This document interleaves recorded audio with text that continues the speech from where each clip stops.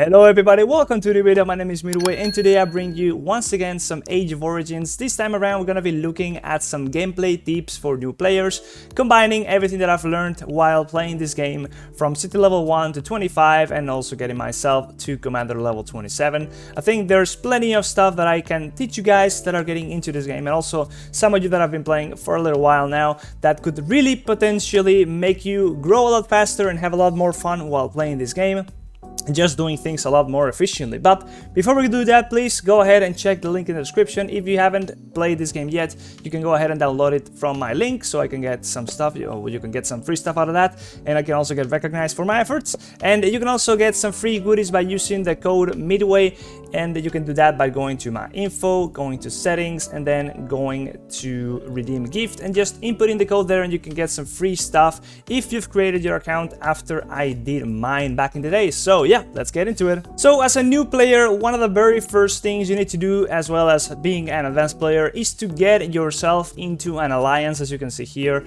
I am part of the Alliance Evolution. Now that's gonna get you access to a lot of things, as well as of course making you be part of a community of members that are gonna be having a lot of fun together and partaking in events together as well. So right now, for example, we are going to be attacking, I think it's not gonna be this one, but this is our city right here. We are controlling this one city right here. There's plenty of cities you can control throughout the map, like this one, where the different alliances will go ahead and fight for it. So that's just one of the gameplay examples you can partake into and have a lot of fun when you are doing it with an alliance. As you can see here, this is the capital of the nation here, and it's controlled by another alliance. So in a couple hours there's going to be a war in order to control this. So yes, being part of an alliance is going to give you access to that, as well as a lot of bonuses that you will be getting from also just being part of the alliance is going to access you to this, all the research and all the stuff that you can contributing to the alliance technology right here.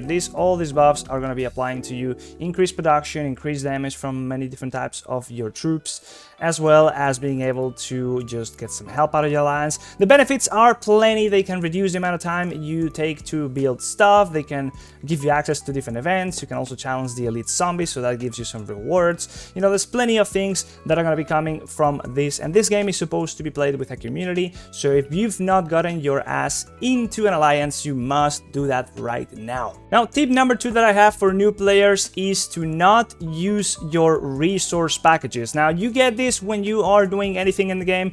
You're gonna be getting a lot of these different resource bundles, you can call them, and you can use them and add the amount of resources to your total resource count. As you can see up here, resources, but doing so is just gonna be exposing you to being attacked. Now, if you're a new player, your city level is kind of low and you are maybe part of a weak alliance or not even in an alliance, having a lot of resources but not being defended by your teammates or your alliance is just gonna be putting you at risk of being attacked. So you don't really need to use these resources once you are going to be building something, or you're gonna be using those resources. If you're lacking some of them, the game's gonna prompt you to just automatically use those bundles. So for example, if I wanted to promote a bunch of these, I don't know, these Rocketeer guys, well, I have plenty of resources for this, so it's not gonna say anything. But if I do go ahead and, for example, try and craft, I don't know, not craft, but build up some of these cannons, I think it's still gonna have some resources, so it's not gonna say anything about it. But eventually, if you do run out of resources and you have to consume them from those item bundles, you will automatically get prompted to do so. And as I said, just having the resources added up on your bar right there, it's only gonna mean that whenever you are attacked, those are the resources that the enemies can get from you. So therefore, you want to not have any resources ideally up here unless you really need to.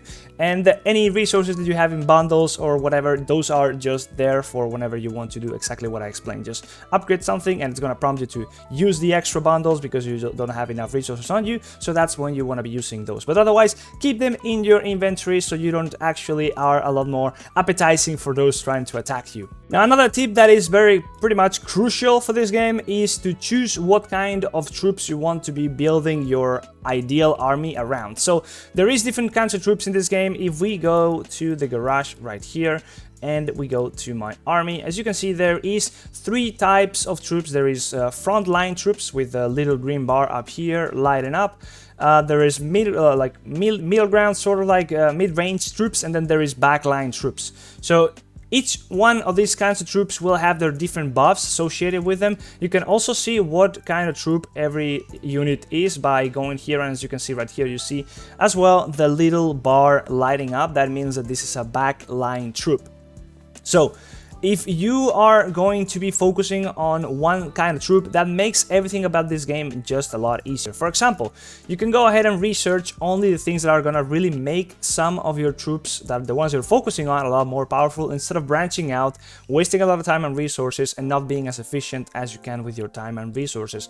So what I've done personally is focus everything on long-range troops. So I've gotten every single long-range troop buff that I could have here on the military side of things that I'm researching. For example, now I'm researching long-range HP. So I've done that. I've put all my eggs in the military basket and also focused on getting pretty much every perk that I can for my long-range troops. That also goes for the commander skills. Now, going with the commander skills and focusing on either development or war, it's really gonna be I would rather say it's not gonna be efficient to go into development with your commander skills, even though you can reset them plenty of times. I would rather do something that I'm gonna be speaking about later, and instead focus on, just as we said about the research with the academy, when you use your commander skills, try to use them into the buffs that are going to be affecting the kind of troops you chose to be the main side of your army. So in this case, once again, I chose to buff my long-range troops. So I picked basically everything that can buff my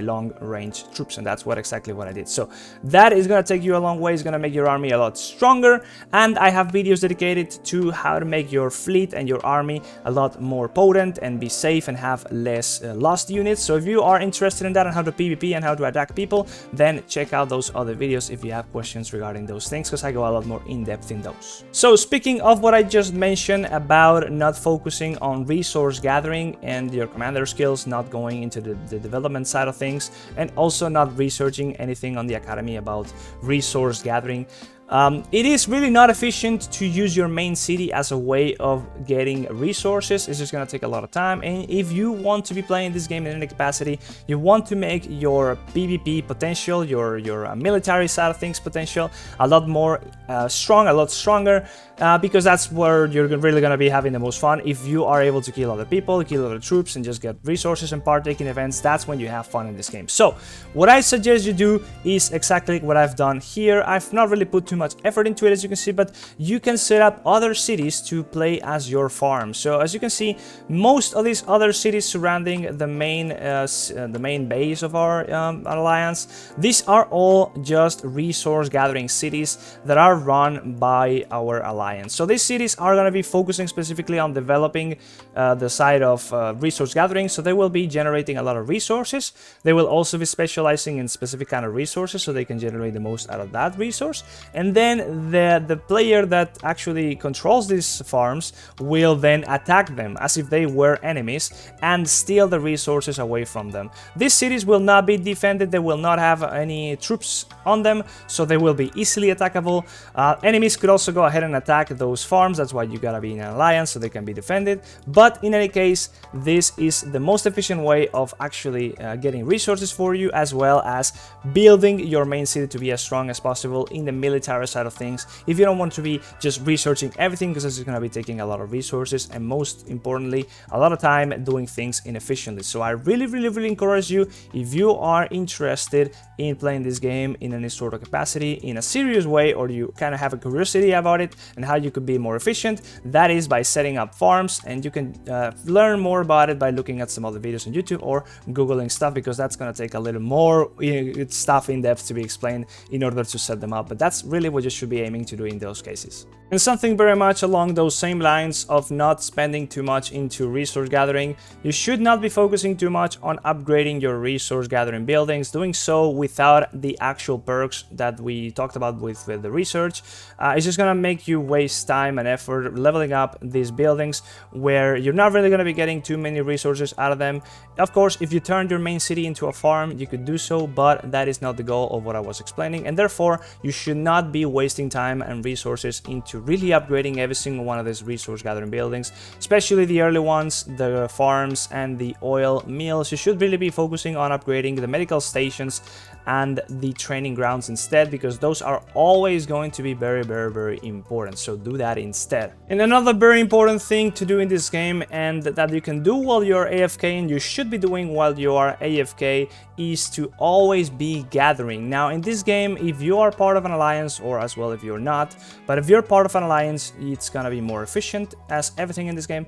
You can go ahead and gather resources outside of what you have on your base without actually using your base building. So the way you do this is by, in the case of being part of an alliance, is by choosing one of these buildings that you can find in the map, and then just going to them, clicking gather, and sending a bunch of your troops. Now while your troops are gathering, you're not going to be able to use them, and they'll need to be there for a couple hours in order to be getting those resources. They'll be getting the resources over time. So that's why you want to be doing this when you are AFK, or you're not going to be playing the game, because you're not really going to be using your troops. So therefore you can just go ahead and send them, and they will be getting something for you while you're not playing. You can get pretty much every single kind of resource, and as I mentioned, if you're part of an alliance, you will be getting access to these elite farmsteads or elite oil mills or whatever, and those will always be giving you more resources. But there's also these other ones, smaller ones, that you can get access to. They will have a level to them, so the higher the level, the more resources you can get.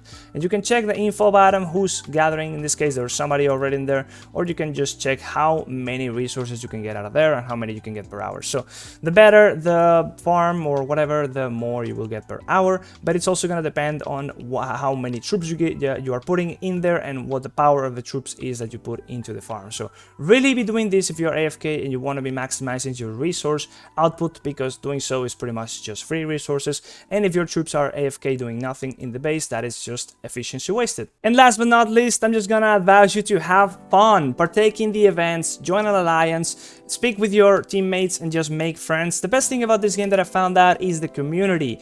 In a new nation like the one I was when I first joined this game, the community is gonna be thriving. There's gonna be different alliances trying to fight for the domination of that nation. It rhymes and it's kind of funny, but it's true. And just that power struggle of seeing who's the strongest one in the nation and who's the strongest one as an alliance, it's all very much fun, and that's the best part of it, being part of a group and contributing to the power of your alliance. So really encourage you to go ahead, join these events, especially the fight for the capital, as well as trying to control the 3 other smaller cities, and just have fun, communicate with your alliance, organize attacks, try to fight other alliances, start wars, just be part of it. That's really the best thing about this game, and what I really want you to take into account is that that's what really counts about it.